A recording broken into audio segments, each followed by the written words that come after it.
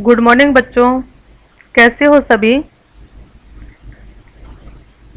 देखिए बच्चों, आज हम हमारे गद्य खंड का दूसरा चैप्टर बाजार दर्शन पढ़ने जा रहे हैं। पहला हमने पढ़ा भक्तिन, अब दूसरा चैप्टर है बाजार दर्शन, जिसके लेखक हैं जैनेन्द्र कुमार। तो देखिए बच्चों, जैनेन्द्र कुमार जी का जन्म सन 1905 अलीगढ़ उत्तर प्रदेश में हुआ था। इनकी प्रमुख रचनाएं परख, एनाम स्वामी, सुनीता, त्याग पत्र, कल्याणी, जयवर्धन, मुक्ति बोध, ये तो हैं इनके उपन्यास। वातायन, एक रात, दो चिड़िया, फांसी, नीलम देश की राजकन्या, पाजेब, यह है इनकी कहानी संग्रह है। प्रस्तुत प्रश्न, जड़ की बात, पूर्वोदय, साहित्य का श्रेय और प्रेय, सोच विचार, समय और हम, यह है इनके निबंध संग्रह है। तो बच्चों, इनको साहित्य अकादमी पुरस्कार मिला, भारत भारती सम्मान और भारत सरकार द्वारा पद्म भूषण से भी ये सम्मानित हुए। जैनेन्द्र कुमार जी का निधन सन 1990 में हुआ था। हिंदी में प्रेमचंद के बाद, मुंशी प्रेमचंद के बाद सबसे महत्वपूर्ण कथाकार के रूप में प्रतिष्ठित जैनेन्द्र कुमार का अवदान बहुत व्यापक और वैविध्यपूर्ण है। अपने उपन्यासों और कहानियों के माध्यम से उन्होंने हिंदी में एक सशक्त मनोवैज्ञानिक कथा धारा का प्रवर्तन किया। परख और सुनीता के बाद 1937 में प्रकाशित त्याग पत्र ने इन्हें मनोवैज्ञानिक उपन्यासकार के रूप में प्रभुत्व प्रतिष्ठा दिलाई। इसी तरह खेल, पाजेब, नीलम देश की राजकन्या, अपना अपना भाग्य जैसी कहानियों को भी कालजयी रचनाओं के रूप में मान्यता मिली है। कथाकार होने के साथ साथ जैनेन्द्र की पहचान अत्यंत गंभीर चिंतक के रूप में रही। बहुत सरल एवं अनौपचारिक सी दिखने वाली शैली में उन्होंने समाज, राजनीति, अर्थनीति एवं दर्शन से संबंधित गहन प्रश्नों को सुलझाने की कोशिश की है। अपनी गांधीवादी चिंतन दृष्टि जितना सुष्ठु एवं सहज उपयोग वे जीवन जगत से जुड़े प्रश्नों के संदर्भ में करते हैं, वह अन्यत्र दुर्लभ है, कहीं और नहीं मिलता है। और वह इस बात का सबूत पेश करता है कि गांधीवाद को उन्होंने कितनी गहराई से हृदयंगम किया है। तो देखो बच्चों, जैनेन्द्र कुमार जी का जो बाजार दर्शन निबंध है वो महत्वपूर्ण निबंध है, जिसमें गहरी वैचारिकता और साहित्य सुलभ लालित्य का दुर्लभ संयोग देखा जा सकता है। हिंदी में उपभोक्तावाद एवं बाजारवाद पर व्यापक चर्चा पिछले 1-1.5 दशक पहले ही शुरू हुई है। कई दशक पहले लिखा गया जैनेन्द्र का लेख आज भी इनकी मूल अंतर वस्तु को समझाने के मामले में बेजोड़ है। वे अपने परिचितों मित्रों से जुड़े अनुभव बताते हुए ये स्पष्ट करते हैं कि बाजार की जादुई ताकत कैसे हमें अपना गुलाम बना लेती है।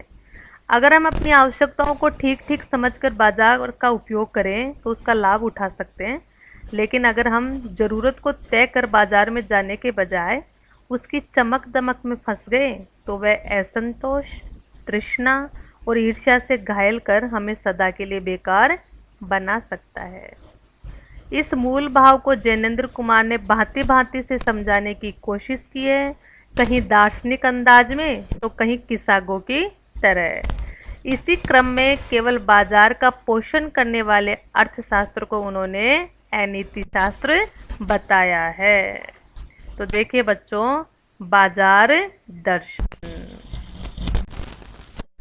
एक बार की बात कहता हूँ, मित्र बाजार गए तो थे कोई एक मामूली चीज लेने, पर लौटे तो एकदम बहुत से बंडल पास थे। मैंने कहा, ये क्या? बोले ये जो साथ थी कौन, अपनी पत्नी की तरफ इशारा किया। उनका आशय था कि यह पत्नी की महिमा है, उस महिमा का मैं कायल हूं। आदिकाल से इस विषय में पति से पत्नी की ही प्रमुखता प्रमाणित है कि बाजार में पत्नी ही जाए तो इतने सारे बंडल आ सकते हैं। और ये स्त्रीत्व का प्रश्न नहीं, स्त्रीत्व का प्रश्न। स्त्री माया में जोड़े तो क्या मैं जोड़ूं, फिर भी सच है। और वह यह है कि इस बात में पत्नी की ओट ली जाती है कि पत्नी गई जब इतना सामान आ गया, नहीं मैं तो जरूरत का ही लेकर आता। मूल में एक और तत्व की महिमा सविशेष है, वह तत्व है मनी बेग, अर्थात पैसे की गर्मी या एनर्जी। पैसा पावर है, पर उसके सबूत में आसपास माल टाल न जमा हो तो क्या वह खाक पावर है। भाई पैसा, जिसके पास पैसा है, और अगर जिसके पास पैसा है वो इतने माल वाल नहीं खरीदे, नहीं उसके पास चीजें नहीं हो तो खाक पावर है। पैसे को देखने के लिए बैंक हिसाब देखिए, पर माल असबाब मकान कोठी तो अनदेखे भी दिखते हैं। तो देखो असबाब यानी होता है सामान, माल सामान। पैसे की उस परचेसिंग पावर के प्रयोग में ही पावर का रस है। तो देखो बच्चों, परचेसिंग पावर होता है खरीदने की शक्ति, परचेसिंग पावर है खरीदने की शक्ति। लेकिन नहीं, लोग संयमी होते हैं, वे फिजूल सामान को फिजूल समझते हैं, वे पैसे बहाते नहीं हैं और बुद्धिमान होते हैं। बुद्धि और संयम पूर्वक वे पैसे को जोड़ते जाते हैं, जोड़ते जाते हैं। वे पैसे की पावर को इतना निश्चय समझते हैं कि उसके प्रयोग की परीक्षा उन्हें दरकार नहीं है। बस खुद पैसे के जुड़ा होने पर उनका मन गर्व से भरा फूला रहता है। मैंने कहा, ये कितना सामान ले आए? मित्र ने सामने मनी बैग फैला दिया, कहा ये देखिए सब उड़ गया। पर्स दिखाया कि देखो कुछ भी नहीं बचा, सारे पैसे उड़ गए। अब जो रेल टिकट के लिए भी बचा हो, टिकट के लिए भी पैसे नहीं बचे। मैंने तब तय माना कि और पैसा होता और सामान आता, अगर इनके पास पैसा और बच जाता तो और सामान ले आते। अब तो पैसे खत्म हो गए, इसलिए क्या करते। वह सामान जरूरत की तरफ देखकर नहीं आया, अपनी परचेसिंग पावर के अनुपात में आया है। कोई जरूरत की देखकर ये सामान नहीं आया, परचेसिंग पावर के कारण है। लेकिन ये इस सिलसिले में एक और भी महत्व का तथ्य है जिसे नहीं भूलना चाहिए। उसका भी इस कर्तव्य में बहुत कुछ हाथ है, वह महत्व है बाजार। मैंने कहा, ये इतना कुछ नाहक ले आए। नाहक यानी बेकार।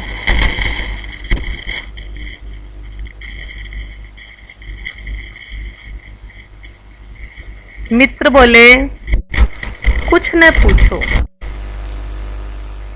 बाजार है कि शैतान का जाल। ऐसा सजा सजा कर माल रखते हैं कि बेहयाई हो जो न फंसे। लज्जाहीन। मैंने मन में कहा, ठीक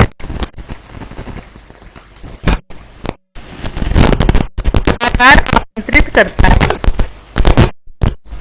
कि आओ, अब भूल जाओ। तो मेरा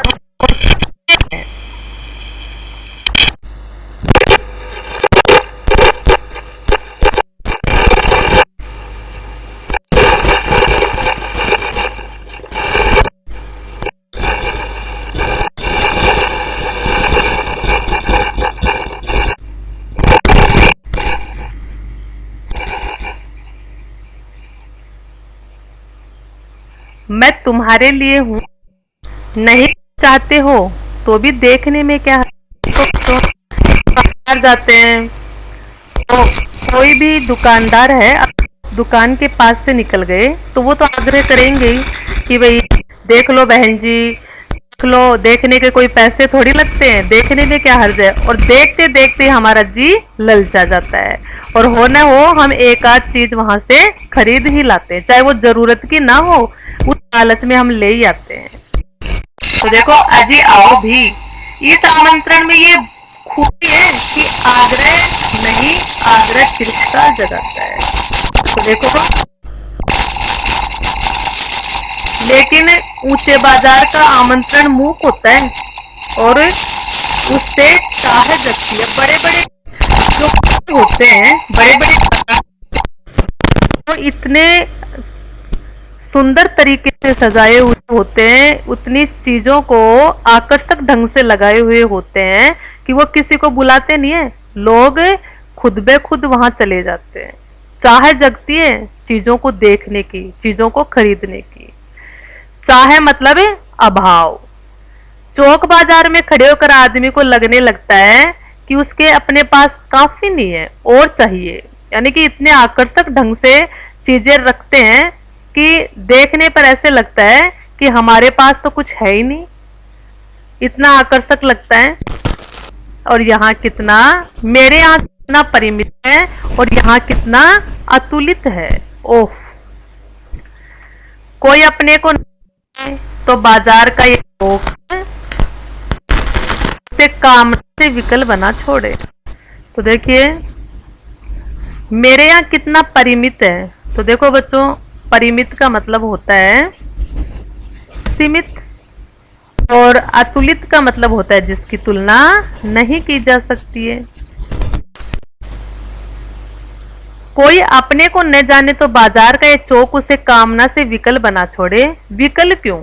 पागल, असंतोष, तृष्णा और ईर्ष्या से घायल करके मनुष्य को सदा के लिए ये बेकार बना डाल सकता है। कौन? बाजार।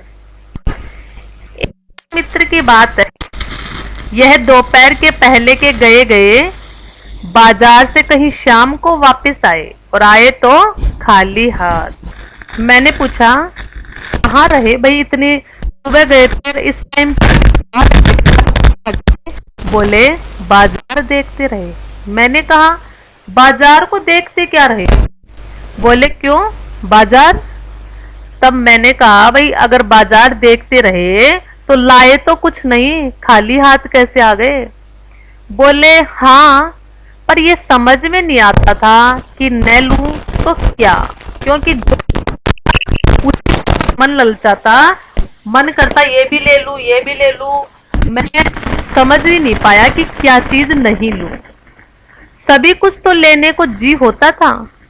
कुछ लेने का मतलब था शेष सब कुछ को छोड़ देना, कि जितनी भी चीज थी बाजार में इच्छा करती कि सारी चीजें ले लूं। अगर फिर भी कुछ बच जाती तो फिर मन में यही ग्लानि रहती, मन में यही रहता कि ये तो मैंने चीज तो छोड़ दी। पर मैं कुछ भी नहीं छोड़ना चाहता था, इससे मैं कुछ भी नहीं ले सका। यानी कि अगर मैं एक आध चीज लेता तो कुछ ना कुछ छूट जाती और मैं छोड़ना चाहता नहीं था, इसलिए मैं कुछ भी नहीं लाया। मैंने कहा खूब, मित्र की बात ठीक थी।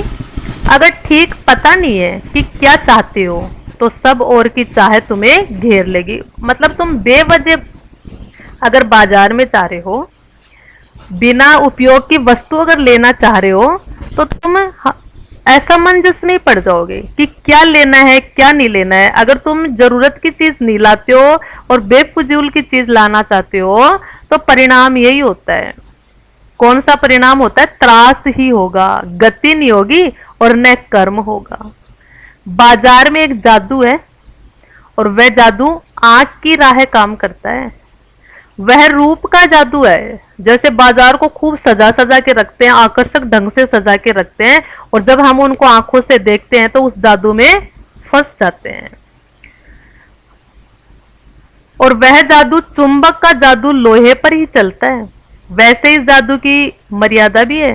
जेब भरी हो और मन खाली हो ऐसी हालत में जादू का असर खूब होता है।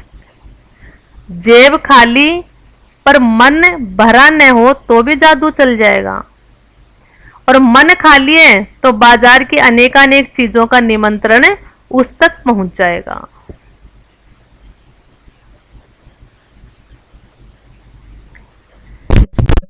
कही हुई उस वक्त जेब भरी हो तब तो फिर वह मन किसकी मानने वाला है।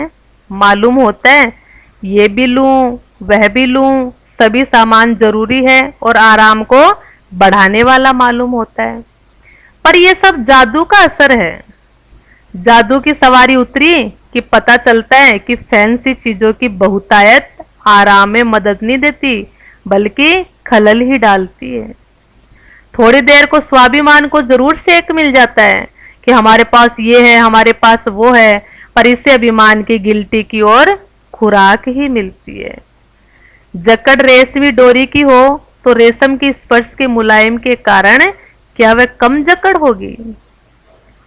पर उस जादू की जकड़ से बचने का एक सीधा सा उपाय है, वह यह है कि बाजार जाओ तो खाली मन न हो।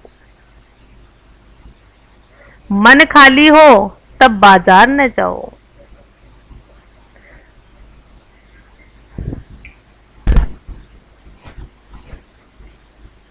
तो देखो, अगर खाली मन होगा तो ये मन क्या करेगा, ये भी ले लें वो भी ले लें वो भी, मन ही है ना। और अगर मन भरा होगा कि हाँ ये तो है हमारे पास ये तो है हमारे पास, तब तो बाजार जाने में भला है। लेकिन जब खाली मन न हो ना, मन खाली हो, तब बाजार में नहीं जाना चाहिए। कहते हैं लू में जाना हो तो पानी पीकर जाना चाहिए। पानी भीतर हो लू का लूपन व्यर्थ हो जाता है, यानी कि लू लगती नहीं है। इसी प्रकार है कि मन लक्ष्य में भरा हो तो बाजार भी फैला का फैला ही रह जाएगा। लक्ष्य यानी कि कौन सी चीज हमें लानी है, एक इस बात पर हमारा ध्यान रहे ना कि ये चीज हमें लानी है, तो बाकी चीजों पर मन ही नहीं चलेगा। क्यों कि हमारा मन तो क्या है, भरा हुआ है। तब वह घाव बिल्कुल नहीं दे सकेगा बल्कि कुछ आनंद ही देगा।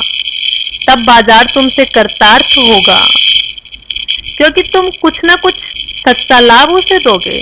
बाजार के असली कृतार्थता किसमें है, आवश्यकता के समय काम आना। यहाँ एक अंतर चिन्ह लेना बहुत जरूरी है। मन खाली नहीं रहना चाहिए, इसका मतलब ये नहीं है कि वह मन बंद रहना चाहिए। मतलब विवेक शून्य नहीं होना चाहिए। जो बंद हो जाएगा वो तो शून्य हो जाएगा, और शून्य सिर्फ कौन रह सकता है, शून्य होने का अधिकार बस परमात्मा को है जो सनातन भाव से संपूर्ण है। तो बच्चों देखिए, बाकी का हम अगले वीडियो में पढ़ेंगे, बाजार दर्शन। ठीक है, थैंक यू।